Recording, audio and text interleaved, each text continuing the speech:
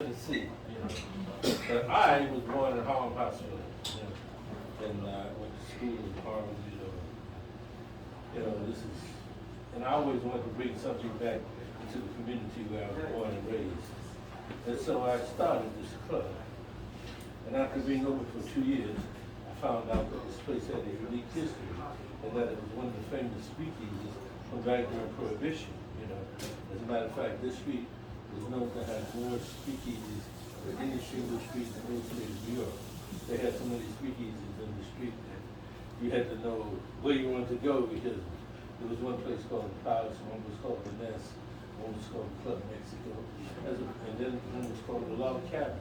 As a matter of fact, the Log Cabin still exists today, but it's a church now. If you go toward Adequate Power on this side of the street, you'll see a church that looks like a log cabin. So what used to be a speakeasy where everything happened is now a place of the Lord. But it's still there, And this place was called Coburn's initially. And then the lady came in 1932. Her name was Tilly Phipps. And Tilly Phipps came from Philadelphia. She had $3. In 1932, if you had $3, you weren't doing bad, because the subway was just a nickel, and you could get a pound of potatoes for like 2 cents. That's when pennies mattered, And you could buy a whole chicken for 50 cents. So she's credited with creating that recipe of chicken and waffles. That was Tilly. She made enough money to buy the building and then move on to another place. And then the next owner was a lady named Monette Moore, who was a famous singer in Harlem. She used to sing at Harlem Opera House. And she called the place Monette's Supper. Well, there was another young lady in the block who used to go to different speakeasies and sing. As a matter of fact, great musicians like Fats Waller, like Willie the Lion Smith, James P. Johnson also played in the speakeasies. As a matter of fact, Fats Waller grew up in this block in the street here, And I was speaking of a lady named Eleanor Fagan at that time. Later became known as Billie Holiday. Billie Holiday came by here one night, and she was asked to sing about Monette Moore. Well, Billie didn't mind singing because she often got tips when she sang. People would throw money to her.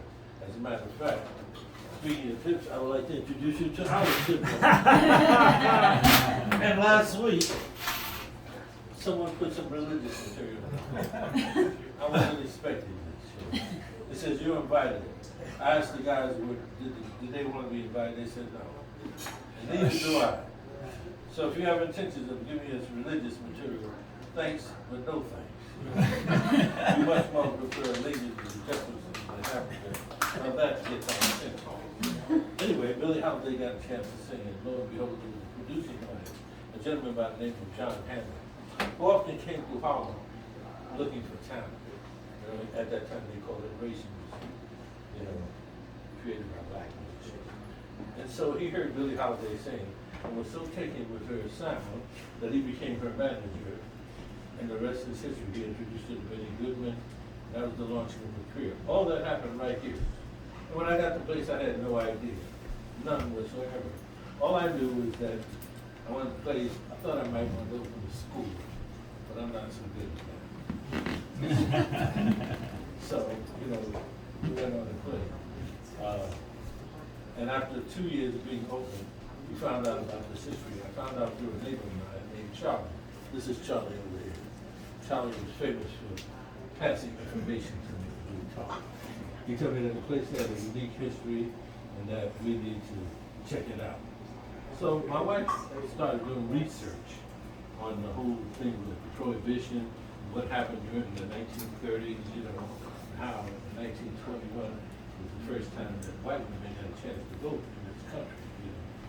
Still black people did vote then. And don't vote now on purpose. And so, she did a lot of research, and she wrote a book. As a matter of fact, she's the only person I know smarter than me. She's a PhD, and she wrote a book entitled, oh, thank you, Joe, that was his signature. That's my nephew, Joe. Yeah, it's called Heirs to Dirty Linen, Harlem Ghosts, Whitewashing Prohibition with Black Souls, written by Dr. Theda Palmer Saxton, PhD. You know, and if you want, this book is really good. And it tells you a little bit about yours truly. You even have pictures inside. You know, I love books with pictures because, you know, then I don't have to read so much. One time I was on a mission of reading the Bible, this thick, no pictures of it. You know, but we have pictures in there, and some great musicians, and it's available for $25 if you like. If you don't want it, you can get it at Barnes and Noble on Amazon. It's okay. I just want to let you know that's available, and I'll autograph it at no additional charge. You know, and I'd like to thank you all for coming tonight. You know, we consolidated, we usually play 2 shows, one at 7 and one at 9. But since, you know, there wasn't many people behind, so you guys got the best of both worlds.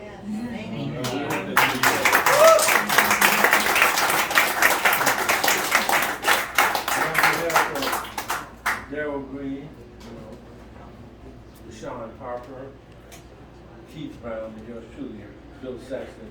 Thank you for coming. Please tell your friends, your enemies, your ex, your mother-in-law, to join us because we don't drive around and we don't really advertise. You know, we have 5 stars on TripAdvisor and 5 stars on Yelp. Not that we feel that that's enough, but the best word is the word of mouth. We respect that very highly. Thank you very much for that. Thank you.